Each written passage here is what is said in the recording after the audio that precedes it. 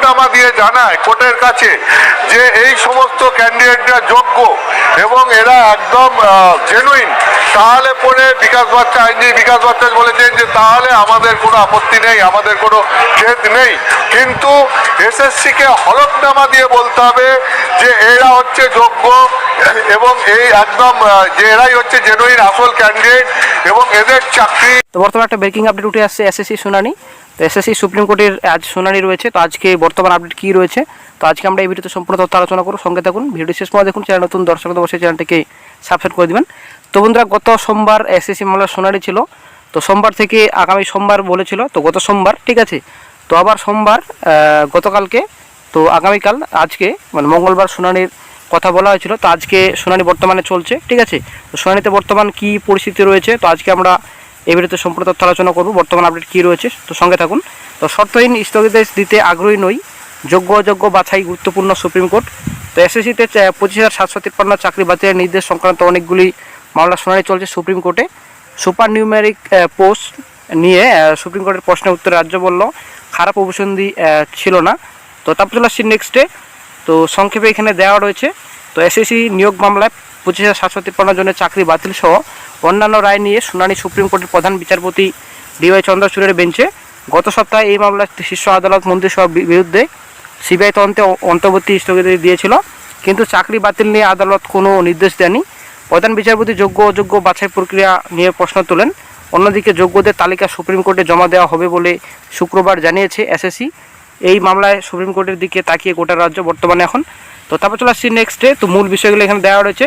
তো এটাকে শেষের কিন্তু আপডেট এটা রয়েছে, যেটা আপনাদের 3:47 15:47 এখানে শর্ত স্থগিতাদেশ নয়, যেটা আপনার মন্তব্য সুপ্রিম কোর্টের।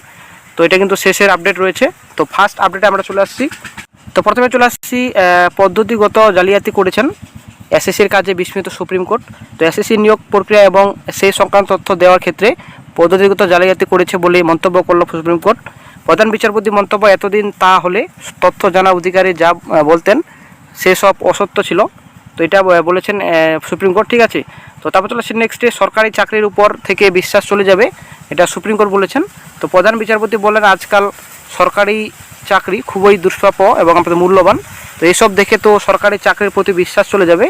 এখনও সমাজ পিছিয়ে পড়া অংশের মানুষ নিজের সন্তানদের সরকারি চাকরি হবে এইভাবে আশায় থাকেন অনেকে, ঠিক আছে। তো এটাই বললেন সুপ্রিম কোর্ট, যে সরকারি চাকরির উপর থেকে বিশ্বাস চলে যাবে সবারই। তো তারপর চলে আসছি নেক্সটে, যোগ্য এবং অযোগ্যদের তালিকা কিভাবে আলাদা করা সম্ভব জানালো এসএসসি। 2016 সালে প্যানেলে চাকরি পাওয়া যোগ্য এবং অযোগ্য প্রার্থীদের কিভাবে আলাদা করা যাবে তা জানিয়ে দিল এসএসসি। সুপ্রিম কোর্টকে তারা বলল সিবিআইয়ের তথ্যের উপর ভরসা করা গেলে যোগ্য এবং অযোগ্যদের তালিকা আলাদা করা সম্ভব। আমাদের সার্ভার থেকে যেসব ওএমআর ডাটা মিলছে না সেগুলিও আলাদা করতে পারবো। একই সঙ্গে এসএসসি সুপ্রিম কোর্টকে জানিয়েছে কমিশনের সুপারিশ ছাড়া যারা চাকরি পেয়েছে তাদেরকে এসএসসি সমর্থন করে না। তো আশা করি ক্লিয়ার। এটা কিন্তু শেষ আপডেট রয়েছে 12:49, ঠিক আছে। তো এসএসসি জানালো যোগ্য অযোগ্য তালিকা যেটা আপনাদের রয়েছে তালিকা দেবে এসএসসি। তো তারপর চলে আসছে নেক্সট এটা আপডেট রয়েছে 13টা 2, মানে আপনাদের 1টা 2-এ, ঠিক আছে। তো মাথা ব্যথা হলে পুরো মাথাটাই কেটে ফেলা যুক্তিযুক্ত নয়, ঠিক আছে।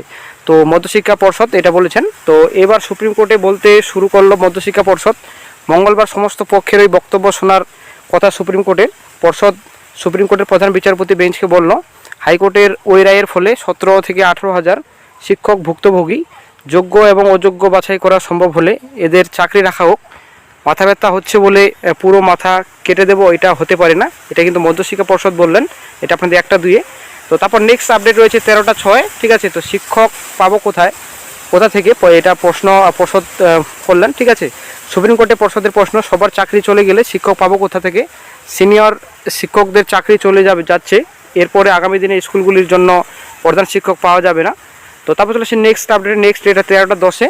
তো সাময়িক বিরতিতে সুপ্রিম কোর্ট আবার শুনানি দুপুর 2টোয়। তো মধ্যশিক্ষা পর্ষদের বক্তব্য শোনার পরে সাময়িক বিরতির সুপ্রিম কোর্টে দুপুর 2টোর পরে আবার শুনানি হবে, ঠিক আছে। তো 2টোর পর এটা আপনাদের নেক্সট আপডেট রয়েছে 13টা 26-এ। তো 13টা 26-এর আপডেট আপনারা দেখতে পাচ্ছেন। প্রথমার্ধে এসএসসির মামলা কি হলো, তো সকাল 10:30 কিছু পরেই আবার সুপ্রিম কোর্টে শুরু হয়েছিল এসএসসি চাকরি মামলার শুনানি। সুপ্রিম কোর্টে রাজ্য এবং এসএসসির বক্তব্য শোনে।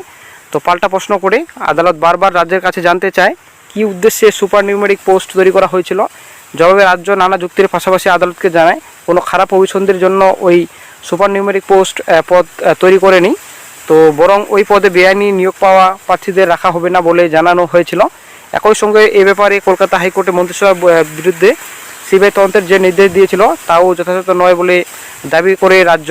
সুপ্রিম কোর্টে 3 বিচারপতি বেঞ্চ এ নিয়ে কোনো মন্তব্য করেনি, বরং 3 বিচারপতিকে রাজ্যের বক্তব্য শোনার পর নিজেদের মধ্যে আলোচনা করতে দেখা যায়। তো তারপর নেক্সট ডে চলে আসছি, এটা আমার প্রথমার্ধে ছিল আপনাদের এসএসসি মামলার শুনানি আবার শুরু হচ্ছে সুপ্রিম কোর্টে। এটা 14:06 1 ঘন্টা বিরতি শেষে দুপুর 2টো আবার শুনানি হতে চলেছে সুপ্রিম কোর্টে। বিরতির আগে সুপ্রিম কোর্টে বক্তব্য পেশ করেছিল পশ্চিমবঙ্গ মধ্যশিক্ষা পর্ষদ। আদালতকে পর্ষদ বলেছিল মাথা ব্যথা হলে যদি মাথাটাকে কেটে ফেলা হয় তাহলে কি সমাধান হয় না। তো পর্ষদ বলেছিল যদি যোগ্যদের চাকরি ফেরানো না হয় তবে আগামী দিনে স্কুলগুলিতে পড়াশোনার জন্য শিক্ষক খুঁজে পাওয়া যাবে না। এবার দেখার বিষয় যেটা আপনাদের সুপ্রিম কোর্টের এ ব্যাপারে কি বলে, দেখা যাক কি হয়, ঠিক আছে। তো তারপর নেক্সট ডে শুরু হলো শুনানি, এটা আপনাদের 14:15। তো সুপ্রিম কোর্টের 3 বিচারপতির বেঞ্চে আবার শুরু হলো এসএসসি মামলার শুনানি। ইতিমধ্যেই এসএসসি আদালতকে জানিয়েছে বাতিল হওয়া 25,753 চাকরির মধ্যে 19,000 চাকরি পেয়েছিলেন যোগ্য প্রার্থীরা। আদালত সেই যোগ্যদের চাকরি ফেরানোর নিয়ে কিছু বলে কিনা সেদিকেও নজর থাকছে। তো তারপর চলে আসে নেক্সটে কোন বিচারপতির বেঞ্চ। তো 14:23 এটা নেক্সট আপডেট।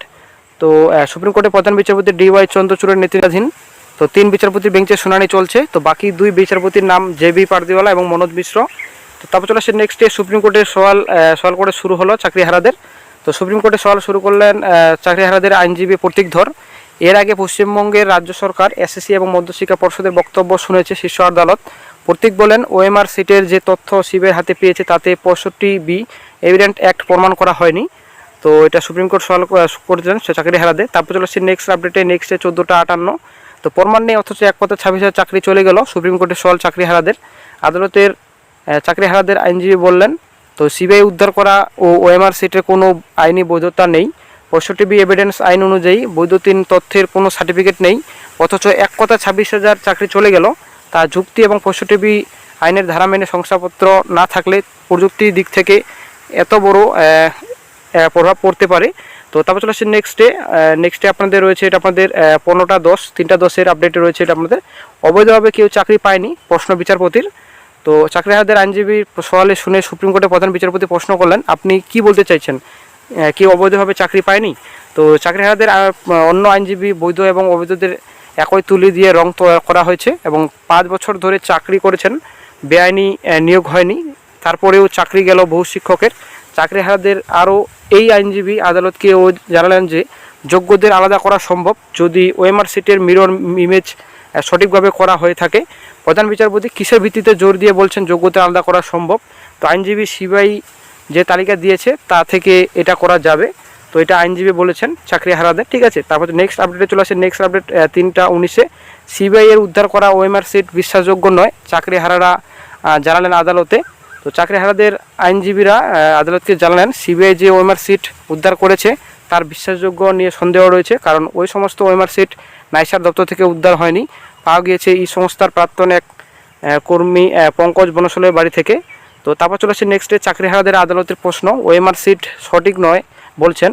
তো চাকরিহারাদের আইনজীবীদের যুক্তি শুনে প্রধান বিচারপতি বললেন আপনি কি বলছেন যে OMR সিট ঠিক নয়?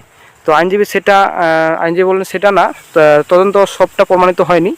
আমাদের প্রশ্ন তদন্তে প্রমাণ হওয়া আগেই কি করে এত হাজার চাকরি বাতিল হয়ে গেল। তো তারপর নেক্সট আপডেট চলে আসছি নেক্সট আপডেট এটা আপনাদের 3:27 প্রধান বিচারপতি গঙ্গোপাধ্যায়ের বিরুদ্ধে পদক্ষেপ করা উচিত চাকরিহারাদের আইনজীবী বললেন, ঠিক আছে। তো চাকরিহারাদের আইনজীবী আদালতকে বললেন প্রাক্তন বিচারপতি অভিজিৎ গঙ্গোপাধ্যায়ের বিরুদ্ধে পদক্ষেপ করা উচিত, কারণ তিনি ইন্টারভিউতে বলেছেন তাকে রাজনীতিতে নামার জন্য আহ্বান করা হয়েছে, তার বিরুদ্ধে পদক্ষেপ করা হোক। প্রধান বিচারপতি বললেন আমরা মনে হয় মামলার মূল বিষয়ে ফোকাস করা উচিত। তো তারপর চলে আসছি নেক্সট আপডেটে। তো নেক্সট এটা আপনাদের 3:32 যোগ্য এবং অযোগ্যদের আলাদা করার মতো উপযুক্ত তথ্য আছে প্রশ্ন বিচারপতির। এসএসসির উদ্দেশ্যে প্রধান বিচারপতি প্রশ্ন যোগ্য এবং অযোগ্যদের আলাদা করার জন্য আপনাদের কাছে আজ কোনো উপযুক্ত তথ্য আছে, এটাই বিচারপতি বললেন। তো তারপর নেক্সট যেটা আপডেট রয়েছে 3:19 তো বিপরীত পক্ষের বক্তব্য শুনতে শুরু করলেন বিচারপতি, সওয়াল করছেন বিকাশ। প্রধান বিচারপতি বললেন এবারে বিপরীত পক্ষের বক্তব্য শোনা হবে। সওয়াল করতে শুরু করলেন নিয়োগ দুর্নীতি মামলাকারীদের আইনজীবী বিকাশ রঞ্জন ভট্টাচার্য। বললেন টাকার বিনিময়ে বাজারে চাকরি বিক্রি করা হয়েছে। প্রধান বিচারপতি OMR সিট নিয়ে আপনার অবস্থান কি? তো বিকাশ নাইসা নামক সংস্থা আজকে উঠে গিয়েছে। ওই সংস্থাকে মূল্যায়ন দায়িত্ব দেওয়া হয়েছিল। সিবিআই সেখান থেকে যে ওএমআর উদ্ধার করেছিল, এসএসসি তা গ্রহণ করে 23,123 চাকরির সুপারিশ দেওয়া হয়েছিল। তো প্রধান বিচারপতি তাহলে পুরো নিয়োগ প্রক্রিয়া বাতিল চাইছেন কেন? তো বিকাশ বলেন কারণ এটা একটা বিরাট দুর্নীতি হয়েছে, পুরো নিয়োগ প্রক্রিয়া অবৈধ। তো তারপর চলে আসছি নেক্সটে। তারপর নেক্সট এটা আপডেট রয়েছে, এটা আপনাদের শেষ আপডেট রয়েছে 3:43 প্রক্রিয়া অবৈধ হলে নিয়োগ বাতিল তো হবেই, সুপ্রিম কোর্ট বললেন। তো বিকাশের বক্তব্য শোনার পর প্রধান বিচারপতি বললেন নিয়োগ প্রক্রিয়া অবৈধ হলে সম্পূর্ণ নিয়োগই তো বাতিল হয়ে যাবে। তো তারপর নেক্সট আপডেট রয়েছে আপনার মন্তব্য সুপ্রিম কোর্টের শর্তহীন স্থগিতাদেশ নয়। তো এটা 3:47 আপডেট রয়েছে। সুপ্রিম কোর্টের প্রধান বিচারপতি DY চন্দ্রচূড় বললেন পুরো বিষয়টি নিয়ে আমরা বিবেচনা করব, তার আগে আমরা কোনো শর্ত ছাড়া স্থগিত দিতে আগ্রহী নয়। বিচারপতি পারদিওয়ালা জানালেন যোগ্য এবং অযোগ্য বাছাই করা আমাদের কাছে খুবই গুরুত্বপূর্ণ। তো আশা করি ক্লিয়ার। তো এটা কিন্তু শেষ আপডেট রয়েছে 3:47 শেষ আপডেট এটা। তো সুপ্রিম কোর্ট মন্তব্য করলেন যে শর্তহীন স্থগিতাদেশ নয়, ঠিক আছে। তো সুপ্রিম কোর্ট প্রধান বিচারপতি DY চন্দ্রচূড় বলেন যে পুরো বিষয়টি নিয়ে আমরা বিবেচনা করব, তার আগে আমরা কোনো শর্ত ছাড়া স্থগিতাদেশ দিতে আগ্রহী নয়, ঠিক আছে। তো বিচারপতি পারদিওয়ালা জানালেন আরও যোগ্য অযোগ্য বাছাই করা আমাদের কাছে খুবই একটা গুরুত্বপূর্ণ কাজ, ঠিক আছে, গুরুত্বপূর্ণ অংশ, এটা যে বর্তমানে মামলাটা যেটা চলছে।